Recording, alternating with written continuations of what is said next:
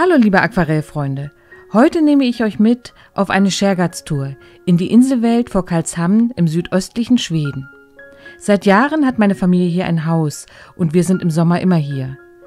Mein Sommerkurs hier in Schweden musste dieses Jahr leider Corona-bedingt ausfallen. Deshalb gibt es heute als kleinen Trost ein schwedisches Motiv für alle. Mit dem Boot sind wir auf die äußerste Insel im Scherengarten gefahren und hier auf dem Steg baue ich meine Staffelei auf.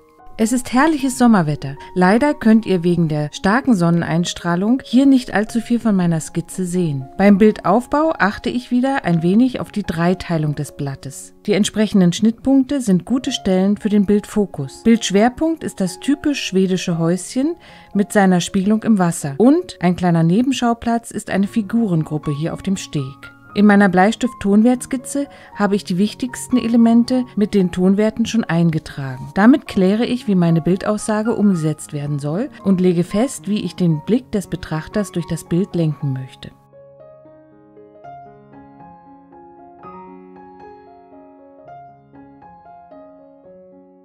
Jetzt geht's schon los mit dem ersten Farbauftrag. Zylinblau ist hier meine Wahl für den schönen hellen Sommerhimmel.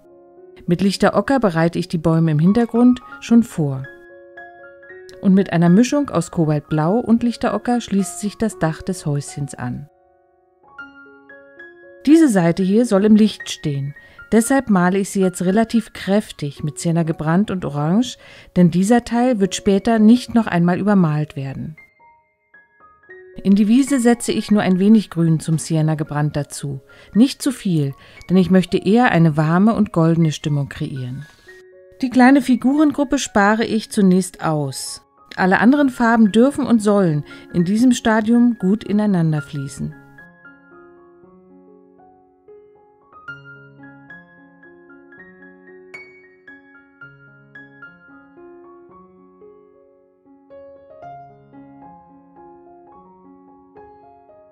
Ganz abstrakt setze ich hier einige Formen für die Steine unter dem Steg mit Zylinblau und Sienna gebrannt.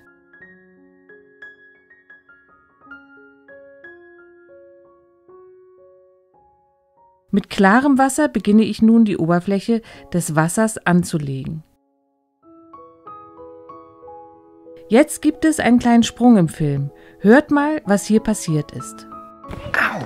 Was denn? Was gestochen? Ins Wasser reinhalten. Geh mal ins Wasser. Ich muss das hier schnell zu Ende machen. Vielleicht eine Wespe, wenn du Pech hattest. Mein Kameramann ist von einer Wespe gestochen worden. Glücklicherweise gibt es nebenan einen kleinen Kiosk und wir bekommen eine Zwiebel für die Erstversorgung. Nach einer kleinen Pause, in der das Bild gut durchtrocknen kann, geht es jetzt weiter mit dem zweiten Farbauftrag. Mit einer Mischung aus Kobaltblau, Perlengrün und ein wenig Palettendreck male ich relativ kühl die Bäume im Hintergrund.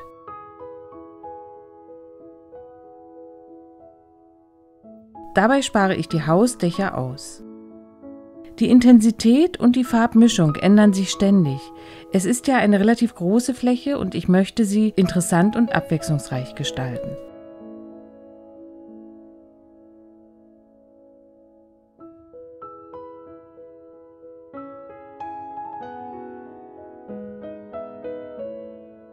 Die Wiese male ich nun mit Cadmiumgelb und lichter Ocker und ein wenig Grün.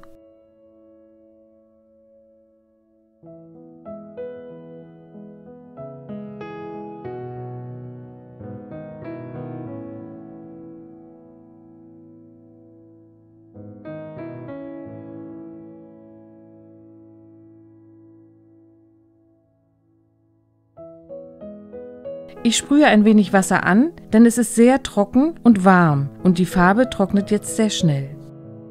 Mit einer Mischung aus Sienna gebrannt und Alizarin Karmesin male ich nun die dunkle Seite des Hauses. Die Lichtverhältnisse habe ich nach meinen eigenen Bedürfnissen umgewandelt.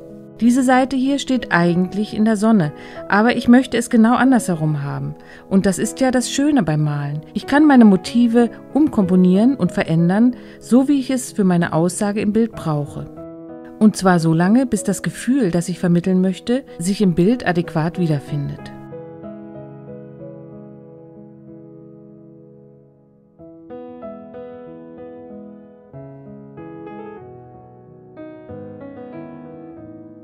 Unter dem Häuschen setze ich nun mit Grün und Sienna gebrannt einige kleine verbindende Gräser. Die kleinen Häuser hier oben im Bild werden nun ein wenig ausgestaltet. Nicht zu viel, sie sind nur Staffage und sollen gerade eben noch zu erkennen sein. Mit lockeren, fast abstrakten Strichen gestalte ich nun die Stege und Steine. Hier muss der Tonwert kräftig sein. Mehr Pigment und weniger Wasser sind im Pinsel.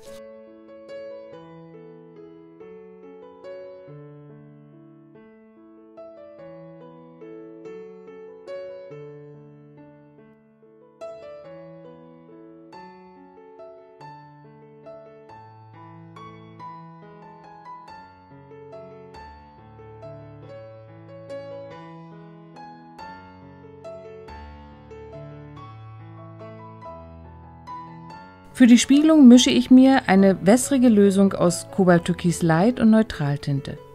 Für das Haus setze ich ein wenig Rot dazu. Die Spiegelung beginnt immer als geschlossene Form unter dem Steg und wird mit lockeren Pinselstrichen zickzackmäßig nach unten hin verjüngt.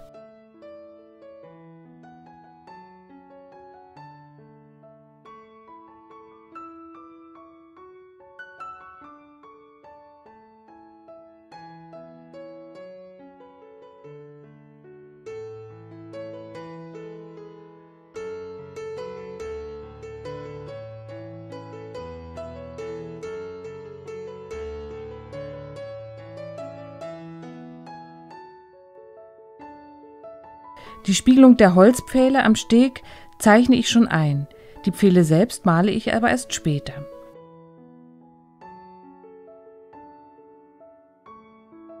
Am dünnen Pinsel seht ihr es, jetzt kommen nur noch Details. Zeichnerische Elemente im Häuschen und die typischen Holzpfähle geben dem Bild jetzt Struktur und Tiefe.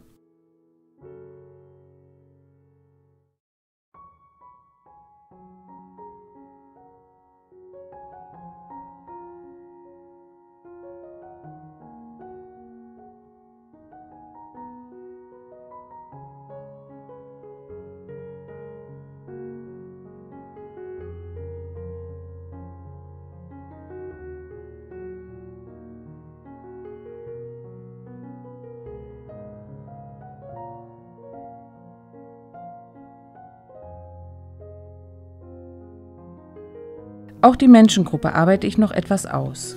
Auch hier möchte ich gar nicht so genau sein, Rot für die Köpfe und Hände und angedeutete Kleidung reicht völlig aus. Auf der Sonnenseite des Häuschens fehlt jetzt noch der Schatten in einem bläulichen Ton und auch die Fenster male ich noch etwas genauer.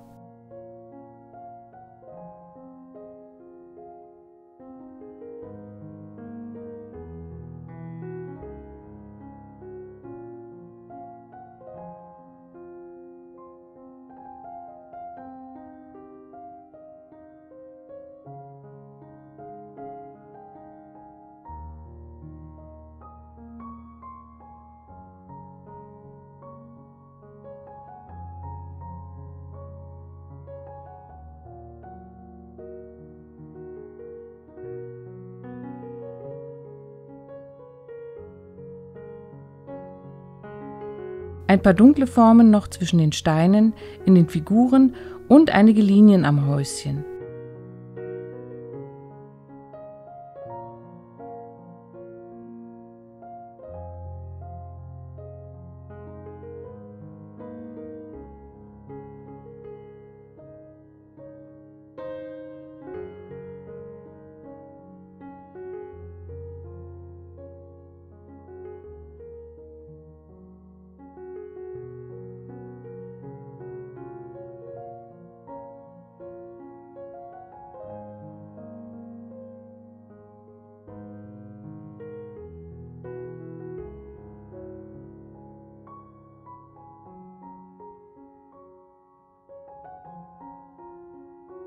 So, der Sommertag im schwedischen Scherengarten ist zu Ende.